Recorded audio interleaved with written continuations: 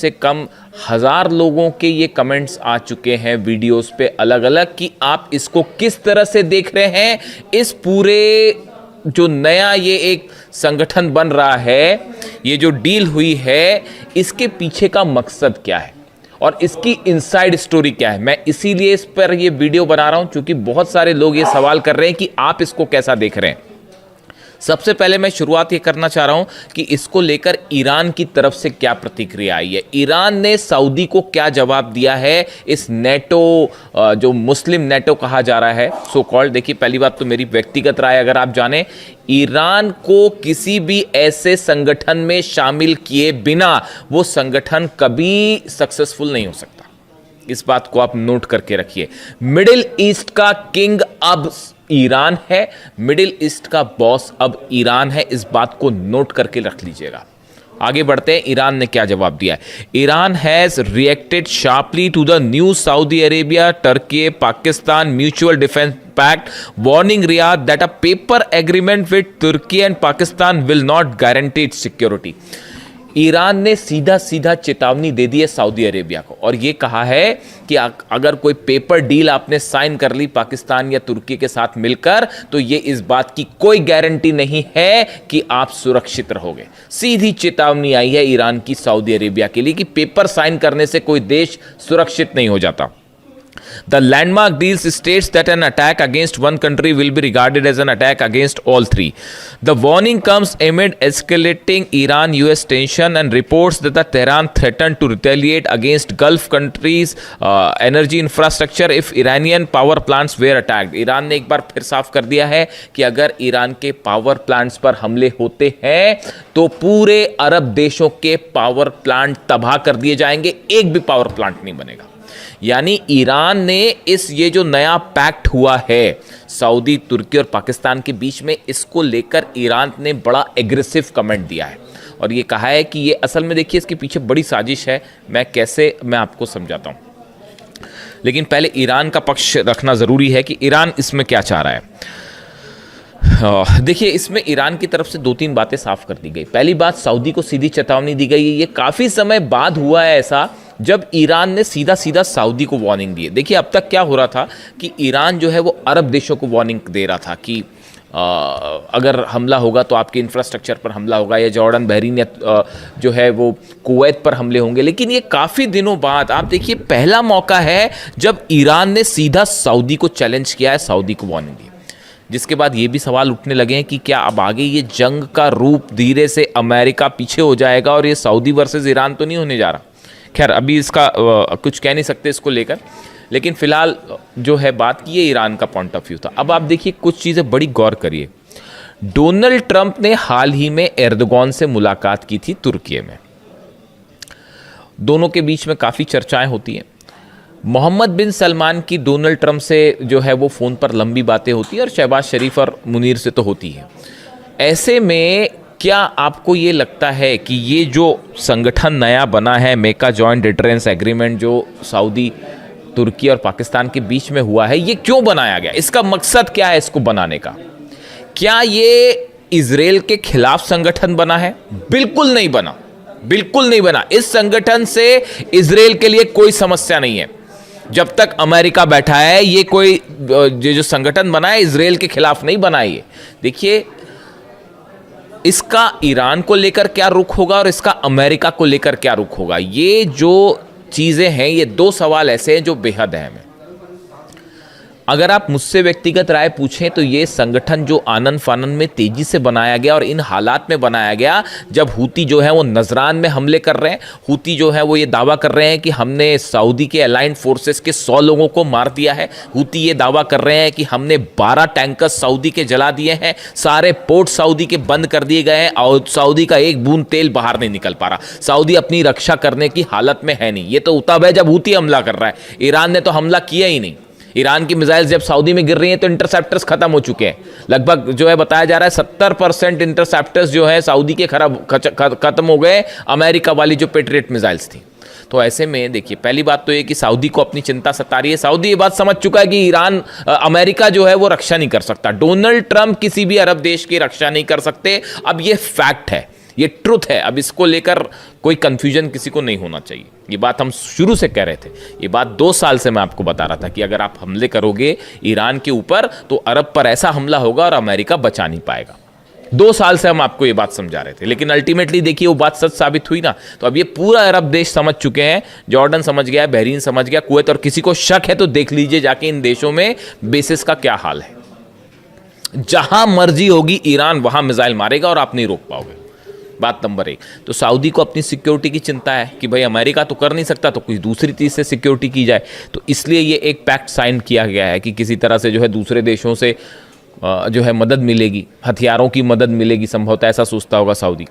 दूसरी, जब अमेरिका के पास ही हथियार कम पड़ रहे हैं, देख ही रही है आप, खबर देख ही रहे हैं, डोनाल्ड ट्रंप फंस गए और कितना हैसियत से उनकी लड़ाई हो गई, अपने रक्षा मंत्री से ही सब कुछ चल गया वो। तो जब उसके पास हथियार नहीं बचे तो इनको क्या हथियार देंगे वो समझिए बात।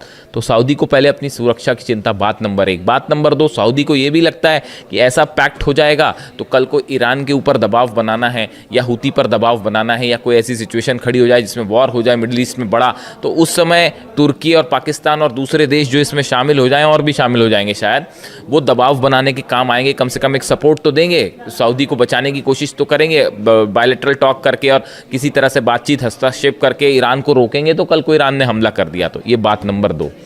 लेकिन जो तीसरा पॉइंट है ये बेहद अहम है, इसको ध्यान से समझिए। तुर्की जो है वो नेटो का सदस्य है, सऊदी नहीं है, पाकिस्तान नहीं है। सऊदी जो है वो नेटो का सदस्य नहीं है, लेकिन तुर्की जो है वो नेटो का सदस्य है। और नेटो क्या कहता है? नेटो का नियम ये कहता है कि एक देश पर अगर हमला होता है तो वो सब पर हमला माना जाएगा। अगर कोई देश जंग में कूदता है और उस पर स्ट्राइक हो रहे हैं तो वो सबके खिलाफ जंग मानी जाएगी। इसी वजह से आप देखिए यूक्रेन जो अब तक सामना कर पा रहा है रूस का, ये क्या यूक्रेन वर्सेस पुतिन जंग हो रही है? ये रूस वर्सेस नेटो की जंग है। अमेरिका हथियार दे रहा है, नेटो के जितने देश हैं, जर्मनी, इटली, ये सब के सब हथियार दे रहे हैं साहब। इसीलिए जेलेंस्की अब तक जंग कर पा रहे हैं, वरना यूक्रेन तो कब का ये जंग हार चुका था। तो ये नेटो वर्सेस रूस की जंग है।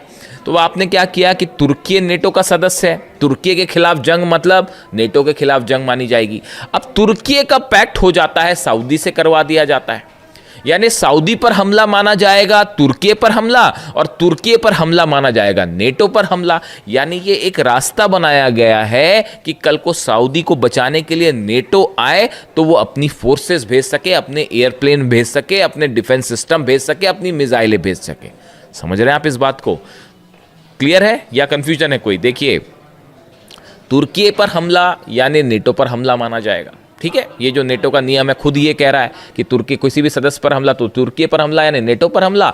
और अब ये डील होने के बाद, ये मेका जॉइंट डिटरेंस एग्रीमेंट के बाद, सऊदी पर हमला यानी तुर्की पर हमला माना जाएगा, और तुर्की पर हमला यानी नेटो पर हमला, तो फिर नेटो भी सऊदी की मदद कर सकता है तुर्की के जरिए खास तौर पर। यानी एक देखिए मिडिल ईस्ट में हकीकत क्या है? हकीकत ये है कि अमेरिका और इजराइल का तो खैर ईरान से अब कोई मुकाबला ही नहीं है। ईरान जब चाहे वो इजराइल को घुटनों पे ला देगा, जब चाहे तब। अकेले जंग करने की हिम्मत ही नहीं। आप दुनिया के किसी डिफेंस एक्सपर्ट से जाके पूछ लो, क्या इजराइल ईरान के साथ अकेले जंग कर सकता है? बिल्कुल नहीं कर सकता। नेतन्याहू, इजराइल, मोसाद, सब ये जंग हार चुके हैं। ये मैं डंक की चोट पे कहने को तैयार हूं और मुझे किसी ये कहने में कोई हर्ज नहीं है। कौन सा डिफेंस एक्सपर्ट आप ले आए, क्या कर पाए इजराइल के जेट्स, बताइए। और अगर अकेले लड़ ले तो उसके बाद तो वो हाल होगा जो जॉर्डन, कुवैत और बहरीन का हुआ। इतना ठोकेगा ईरान। और अभी तो वो सब हथियारों का जिक्र ही नहीं हो रहा है जो चाइना, रशिया ने भेजे, और उनकी जो नई टेक्नोलॉजीज है उसके बारे में तो अभी बात ही नहीं है। बड़े सारे हथियार तो अभी यूज भी नहीं किए गए।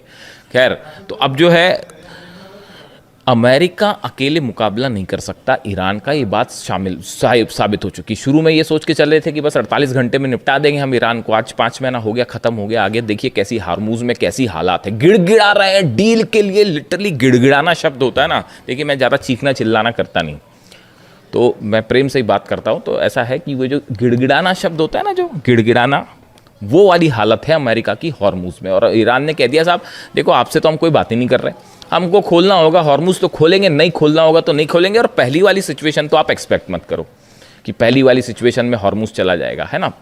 तो अब ये दुनिया, ये मिडिल ईस्ट की एक डेट थी 28 फरवरी, जिस दिन आपने अली खामेनी साहब को शहीद किया था। उसके बाद से अब मिडिल ईस्ट का इतिहास बदल गया and Iran is the boss.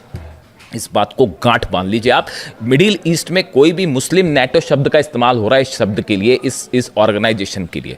Muslim NATO शब्द में, इस शब्द में ये शब्द तब सार्थक हो पाएगा जब ईरान की सेना इसमें शामिल होगी। मिडिल ईस्ट का कौन सा देश ईरान का मुकाबला कर सकता है, आप मेरे को बताओ। एक मेरे को मुस्लिम देश का नाम बता दो यहां पर जो ईरान का मुकाबला कर सकता है। बताओ, आप बताओ मेरे को, कमेंट करके बताओ। मैं कमेंट देता हूं आपको, कमेंट करके बताइए कौन सी देश, कल को सऊदी और ईरान की जंग हुई, 48 घंटे में क्या हाल होगा सऊदी का अंदाज लगा लीजिए आप। बताइए, कोई अरब देश मुकाबला कर सकता है? अरे अमेरिका मुकाबला नहीं कर सका, मिल के वो उसने 12 देशों पे जो है ठोक रखा है ईरान ने। तो पूरा अरब और अमेरिका मिलके, इजराइल मिलके 5 महीने में क्या कर पाए आप ईरान का? तो सऊदी अकेला क्या कर लेगा साहब? इसीलिए ये पैक्ट हो रहा है और ये एक बहुत ही बड़ा प्लॉट है। ये कुछ लोगों का कहना है कि इससे इजराइल घबराएगा। अरे डोनाल्ड ट्रंप हमला करने देगा इनको, जो एर्दोगान से हाथ मिलाते फिर रहे हैं, सलमान से लगातार बात कर रहे हैं, पाकिस्तान से लगातार बात, वो इजराइल पर हमला करने देंगे इस संगठन को? बिल्कुल नहीं। हमेशा देखिए इजराइल की आलोचना की है, जो मुस्लिम कंट्रीज का जो ऑर्गेनाइजेशन है उनकी तरफ से और ये मुस्लिम देशों की तरफ से हमेशा सिर्फ इजराइल की आलोचना हुई है। फिलिस्तीन में इतने हज़ारों लोग मारे गए, हज़ारों बच्चे मारे गए, उनकी सिर्फ आलोचना हुई है। वेस्ट बैंक पर लगातार ऑपरेशन जारी है इजराइल का, लेबनान पर लगातार हमले जारी हैं, सीरिया पर ऑपरेशन जारी है, गजा में क्या हो रहा है आप देख ही रहे हो। हीनियस क्राइम है, वॉर क्राइम्स हो रहे हैं गजा में। मुस्लिम देशों की तरफ से सिर्फ आलोचना हो रही है। हिम्मत करने वाला सिर्फ एक देश रहा जो मिसाइल मार रहा है, वो ईरान मार रहा है। भूलना मत इस बात को। अली खामनी साहब ने हमेशा कहा जब जरूरत पड़ेगी हम युद्ध के लिए भी तैयार हो जाएंगे। लेबनान के लिए भी वो जंग के लिए तैयार हो गए, गजा के लिए भी जंग के लिए तैयार हो गए। इसीलिए खामनी साहब थे। अब ये जब मैं मीटिंग्स देखता हूँ ना ऐसी, मतलब टू बी वेरी फ्रैंक भाई, देखो मेरे को जो लगता है मैं अपनी राय बता रहा हूँ, आपको ठीक लगता हो तो स्वीकार करिए, वरना आपकी आलोचना का भी स्वागत है। चूंकि ये पब्लिक प्लेटफॉर्म है इसलिए मैं आपकी आलोचना का भी स्वागत करता हूँ। देखिए मैं बिल्कुल ऐसा नहीं चाहूँगा कि कोई मेरी आलोचना करे तो मैं उसको स्वीकार नहीं करूँ, बल्कि हमको दूसरों के विचारों को हमेशा स्वीकार करना चाहिए। अच्छे शब्दों में, साफ सुथरे शब्दों में अगर कोई आलोचना कर रहा है तो उसका बिल्कुल स्वागत है साहब। ये डेमोक्रेसी यही है, ओपन जो विचारधारा है वो यही कहती है कि आप मेरी आलोचना करेंगे, मैं बिल्कुल स्वीकार करूँगा। जब ऐसे डील्स में होते देखता हूँ ना, तमाम जो नेता इस पूरी जंग में इन्वॉल्व हैं, चाहे अरब देशों के हो, चाहे अमेरिका हो, इजराइल हो, इन सबको देखने के बाद देखिए ऐसा लगता है कोई भी कदम होता है उसमें किसी तरह की साजिश नज़र आने लगती है।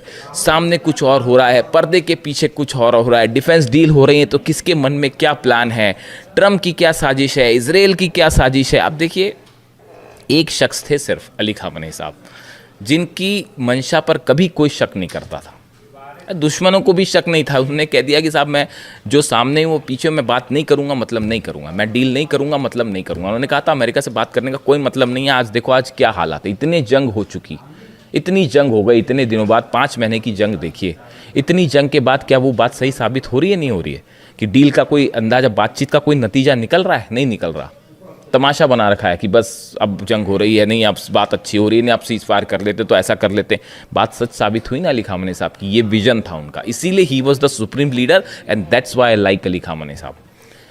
इसीलिए मैं उनकी तारीफ करता हूँ, उन्हें पसंद करता हूँ कि उनका विजन देखिए कितनी क्लैरिटी के साथ। उनको पता था कौन दुश्मन है, कौन दोस्त है, कौन क्या। इसीलिए उन्होंने कहा था सऊदी को लेकर, वो हमेशा ये चाहते थे कि शिया और सुन्नी के बीच में ये जो एक तनाव वाली स्थिति है ये हमेशा दूर हो जाए, और हर अरब देश को ये समझना चाहिए कि असली दुश्मन कौन है। ये बात वो हमेशा समझाते रहे। खैर, तो अभी देखिए मुझसे चूंकि इस ऑर्गेनाइजेशन के बारे में बोला गया था, इस डील के बारे में पूछा गया था, मक्का जॉइंट डिटरेंस एग्रीमेंट के बारे में आपकी क्या राय है? मेरी बड़ी साफ राय है कि ये अमेरिका के बैकिंग के साथ एक एग्रीमेंट किया गया है जिसका लक्ष्य है ईरान और हुती या हिजबुल्ला ऐसे संगठनों को काउंटर करना। ये कोई बड़ा इजराइल के खिलाफ कुछ नहीं है, भूल जाइए। और ये चूंकि अकेले अमेरिका मुकाबला नहीं कर सकता, इजराइल मुकाबला नहीं कर सकता, तो अरब देशों को ईरान के खिलाफ खड़े करने की, और ज़रूरत पड़ी तो इन देशों को आपस में जंग में शामिल करने की। हॉर्मुज खुल नहीं पा रहा तो बोले क्या एक पैक्ट करवा देते हैं, चाहे ताकि मिल के हॉर्मुज खुलाएं। खुद बैठे बैठे वहाँ तमाशा देखो, खुद की उधर जनरल डेन कैन कह ही रहे हैं अमेरिका की कि जो है वो बाहर निकलना चाहिए, अब कैसे युद्ध से बाहर निकला जाए। तो ये एक बड़ा प्लान है ईरान के खिलाफ एज ऑफ नाउ जो स्थिति लगती है। कमेंट करके आप बताइए आपको क्या लगता है, और आपके सारे कमेंट्स मैं पढ़ूंगा और जवाब देने की भी कोशिश करूंगा। Thank you so much.